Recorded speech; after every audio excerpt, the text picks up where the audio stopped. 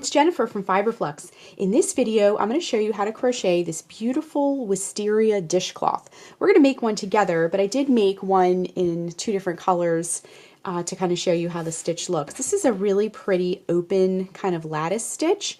We're just going to be using some single crochets and chains to achieve this, and we're going to learn how to work the stitch and to also at the end add a little hanging loop if you like as well. This is super easy to do, and I'm going to walk you through every stitch of the way. Now the finished dishcloth measures about 9 inches by 9 inches. It's square, and I am going to show you how to change the multiples if you'd like an oversized dishcloth or you want something a little smaller than this, and then you can change the height so the width is worked changed with the multiples, but you can also change the height by working more rows as well. So let's get started. For this project, you'll need a pair of scissors, a tapestry needle. We're going to be using a 5.5 millimeter eye crochet hook. This is my Frills Odyssey. I'll put the link down below if you'd like to get one of your own. A ruler or tape measure is super helpful to get the height and the width equal as you're working. And then for our yarn, I'm going to be using some cotton dishcloth yarn. This is called Pima Cotton by Lion Brand. Now I grabbed a few colors. I'm going to try making one dishcloth in each color, but right here I have a color called Mulberry, and then this one is called Rain Cloud. So it's kind of like a periwinkle and then like a soft like fuchsia color. This does come in dye lots, so if you are buying multiple balls of this, just know that. But we're not going to use the whole ball of either color, so you can get a couple of dishcloths out of each ball of yarn. Now each ball of this is 186 yards, 170 meters, and if you need to substitute yarn, look for a medium 4 on the yarn weight scale and one that recommends this I 5.5 millimeter crochet hook. Try experimenting though with different dishcloth yarns if you like. Okay, so I grabbed one of the colors, the Mulberry, and my hook. Now our starting chain is going to be a multiple of 4. So if you're not familiar with multiples, if you need to change the width of your dishcloth, it just means when you're doing your starting chain that you count 4 plus 4 plus 4 plus 4 plus 4 and so forth until you get the width that you want, and then you'll be able to make it narrower or wider if you wish as well. We're going to begin by putting a slip knot on our hook. So wrap the yarn around your fingers to make a loop, bring the yarn behind the loop, reach in with your hook, bring up the loop, and tighten. Next, we're going to do our starting chain. Now, like I mentioned, it's a multiple of 4. So however many you need to do to get the width that you want, we're going to do a starting chain of 32, okay? So to make a chain, let me just get this yarn out of the way. So to make a chain, wrap the yarn around the hook and bring it through the loop. That's 1, 2, 3, 4, 5, 6, 7, 8, 9, 10, 11, 12, 13, 14, 15, 16, 17, 18, 19, 20, 21, 22, 23, 24, 25, 26, 27, 28, 29, 30, 31, and 32. So this will give you kind of a rough idea of the width. It's a nice wide dishcloth. All right, so let's start row 1. For row 1, what we're going to do is work a single crochet in the 4th chain from the hook. So the loop here does not count. We're going to go 1, 2, 3, and 4. So in that 4th chain from the hook, we're going to work a single crochet. Insert the hook into that chain and bring up a loop. You'll have 2 loops on the hook. Wrap yarn around the hook, bring it through both loops. Then what we're going to do is chain 3. 1, 2, 3, and then we're going to work a single crochet into the next chain, okay? So find that next chain and work a single crochet, just like that. Then we're going to chain 3, 1, 2, 3. Then we're going to skip 2 chains, 1, 2, and then we're going to work a single crochet into the chain after that. And as you can see, we're going to be creating kind of a row of these loops all the way across, okay? So then what we want to do is chain 3, 1, 2, 3, work a single crochet into the next chain. Then we're going to chain 3. 1, 2, 3. I'm going to get a little bit more yarn here. Then we're going to skip 2 chains, 1, 2, and in the chain after that, work a single crochet.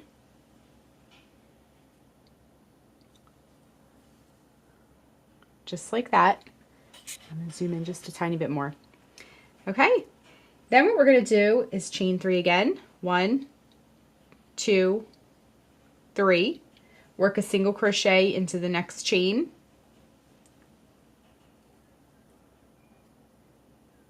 Then we're going to chain 3. 1, 2, 3. Then we're going to skip 2 chains and then work a single crochet into the chain after that.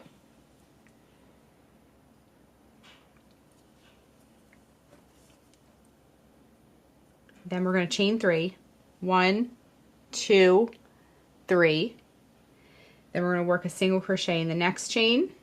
So you may see a pattern that we're developing here as we work across. And then we're going to chain 3. 1, 2, 3. And then we're going to skip 2 chains. 1, 2. Work a single crochet into the chain after that.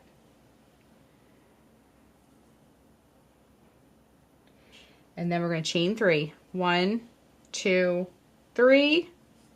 Work a single crochet into the next chain.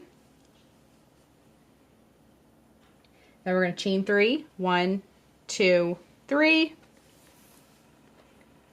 And then we're going to skip 2 chains and work a single crochet into the chain after that. Then we're going to chain 3. 1, 2, 3. Work a single crochet into the next chain. Chain 3. 1, 2, 3. Skip 2 chains. Work a single crochet into the chain after that.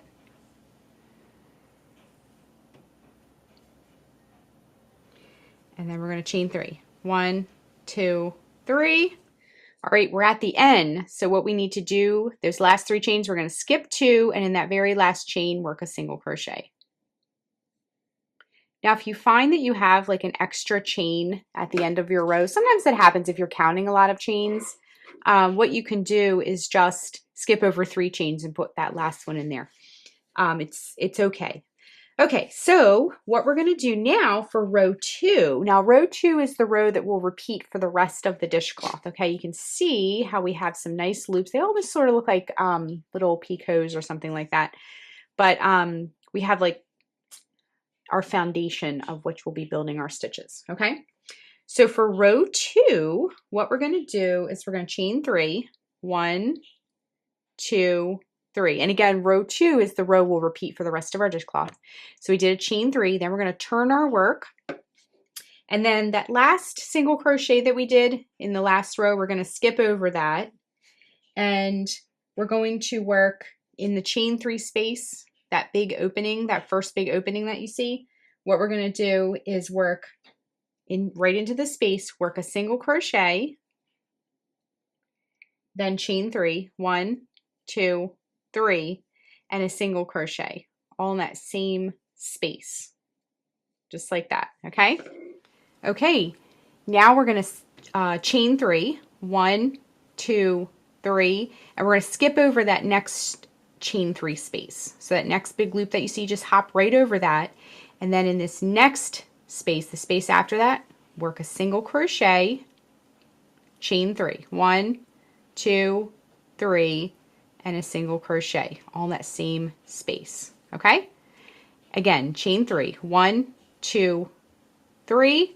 Skip that whole next chain 3 space, so just hop right over that and go into the next one with a single crochet, chain 3. 1, 2, 3, and single crochet, all in that same space. Okay, next chain 3. 1, 2, 3. Hop over that next chain 3 space, and in the space after that, do the same thing. Single crochet, chain 3. 1, 2, 3, and single crochet.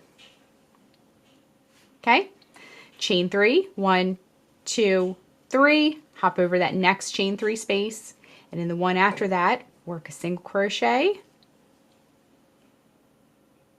chain 3. 1, 2, 3, and a single crochet on that same space, okay? Chain 3. 1, 2, 3.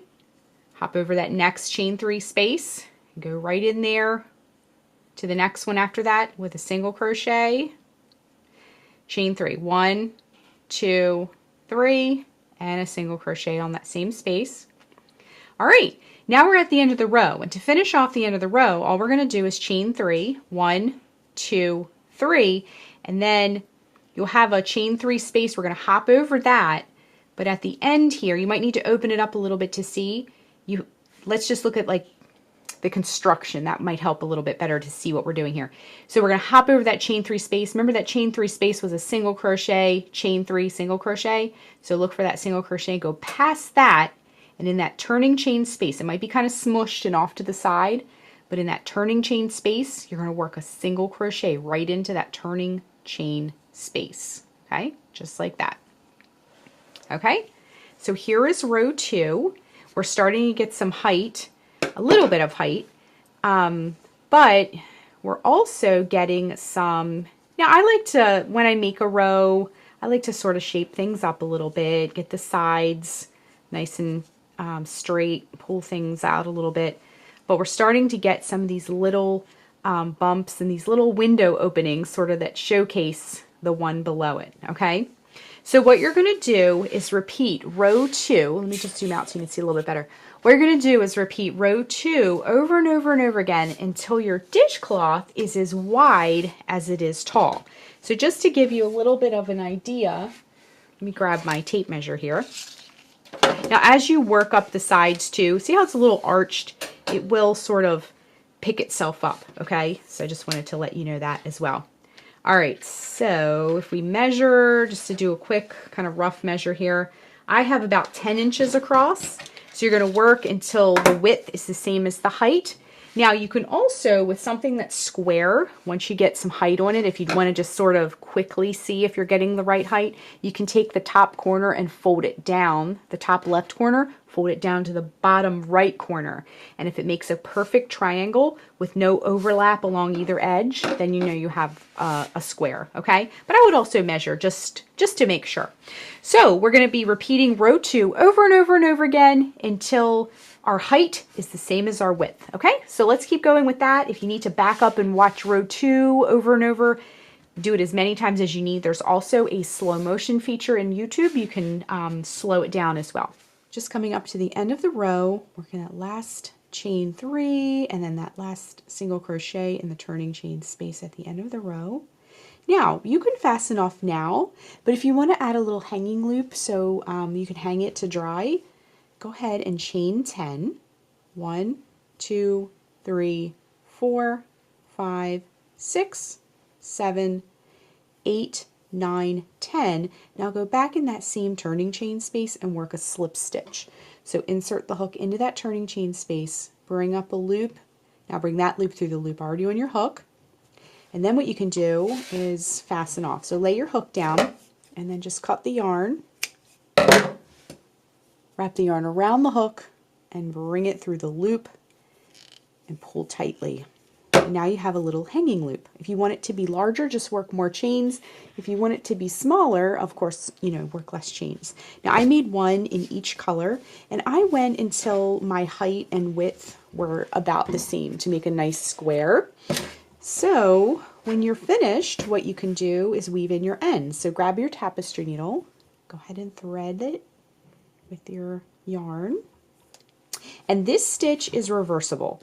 So when you're weaving in your ends, you want to make sure that you kind of stay in the middle of those yarn loops. You don't want to go, see I'm kind of like going in the center of all these loops here.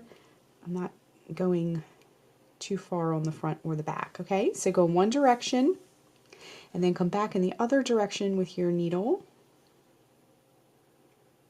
Just like that. I'm just going nice and slow and then pull that through as well. And then you can just grab your scissors and snip.